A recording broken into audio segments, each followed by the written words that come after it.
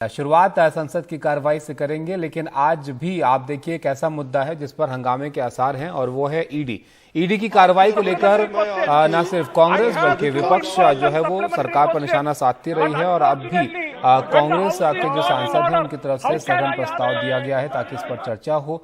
और जिस तरीके से कल ईडी की कार्रवाई देखने को मिली उसके बाद से कांग्रेस जो है इस मुद्दे को और जोर शोर से उठा रही है और आज की कार्रवाई में भी इसको लेकर हंगामा होता हुआ दिख सकता है। विपक्ष जो है ईडी के दुरुपयोग का आरोप लगाता रहा है। कांग्रेस ने इसके लिए स्थगन प्रस्ताव का नोटिस दिया है और इसे प्रतिशोध और धमकी की राजनीति कांग्रेस जो है वो बता रही है ईडी के इस्तेमाल को। अब आपको थोड़ा कार्रवाई जो राज्यसभा और लोकसभा की है वो दिखाते हैं। माननीय सदस्यगण, अगर आप सीट पर जाएंगे तो 12 बजे बाद आपको मौका मिलेगा, नहीं तो मौका नहीं मिलेगा। जा रहे हैं? नो। कृषिकांत जी। अध्यक्ष महोदय, प्रत्येक साल रोड एक्सीडेंट से 1.5 लाख मौतें इस देश में होती हैं और सरकार ने यह फैसला किया है कि प्रत्येक कार में कम से कम 6 एयर बैग जो है वो लगे होने चाहिए, जिससे कि एक्सीडेंट के बाद हम उनकी जान बचा पाएं। और इसका ड्राफ्ट नोटिफिकेशन का जो डेट है वो अक्टूबर 2022। Regarding Ministry of Information and Broadcasting mentioned against my name at serial number 6 of today's revised list of the business. General retired V.K. Singh. Sir, with your permission, I rise to lay papers against my name at serial number 2 of the revised list of business.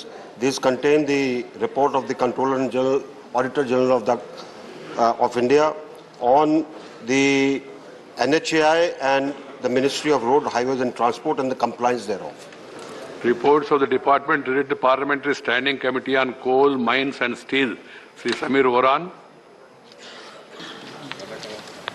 धन्यवाद महोदय, मैं आज की कार्यसूची में मेरे नाम के सामने यथा सूचीबद्ध कोयला, खान और इस्पात संबंधी अस्थायी समिति की 4 की गई एयरबैग नहीं है और इसलिए हमारे डिपार्टमेंट ने सोचा है कि एयरबैग की कीमत केवल 800 रुपये आती है और हम ये कोशिश कर रहे हैं कि पीछे भी जितने लोग होंगे उतनी एयरबैग होगी और लोगों की जान बचाएंगे।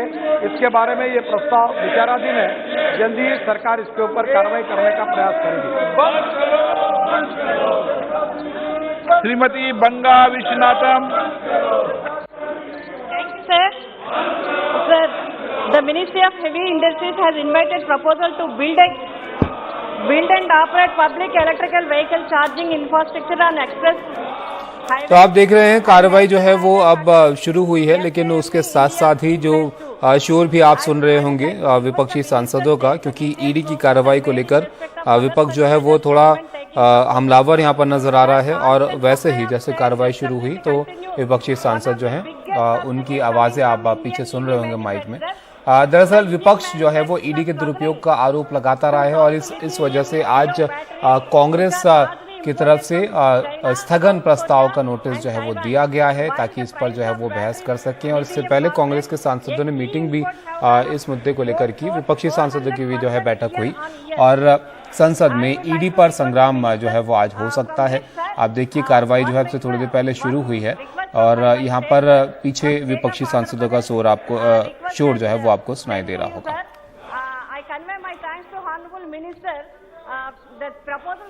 हिमांशु हमारे साथ हैं, आज जानकारी के लिए उनके पास चलते हैं। हिमांशु, कार्रवाई अभी शुरू हुई है लेकिन थोड़ी आवाज भी हम सुन रहे हैं पीछे विपक्षी सांसदों की, जाहिर है क्योंकि आज जो है विपक्ष की तरफ से, कांग्रेस की तरफ से स्थगन प्रस्ताव का नोटिस भी दिया गया है।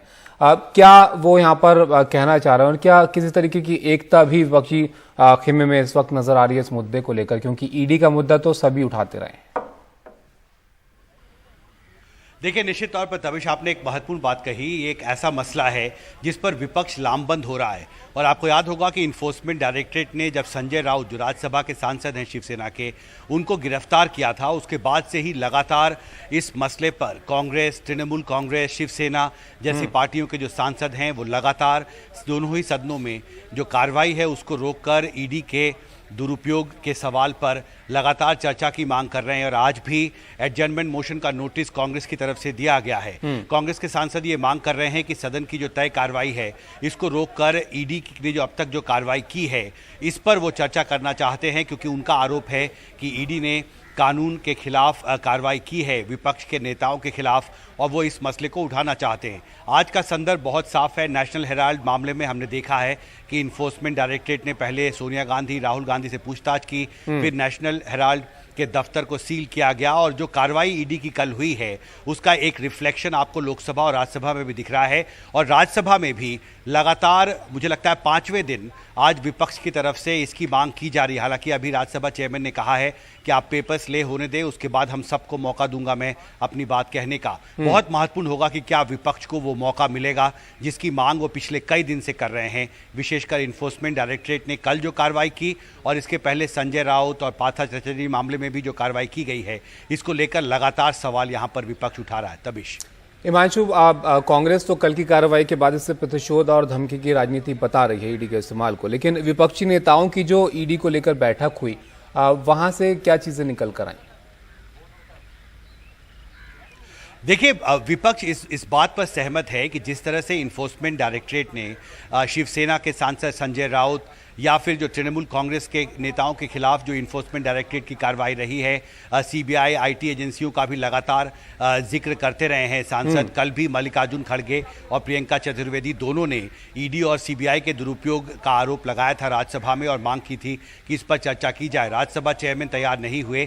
आज उन्होंने फिर से विपक्षी सांसद राज्यसभा में भी लगातार हंगामा कर रहे हैं और वो इस मसले को उठाना चाहते हैं। चेयरमैन ने कहा है कि वो अनुमति देंगे सबको अपनी बात रखने का।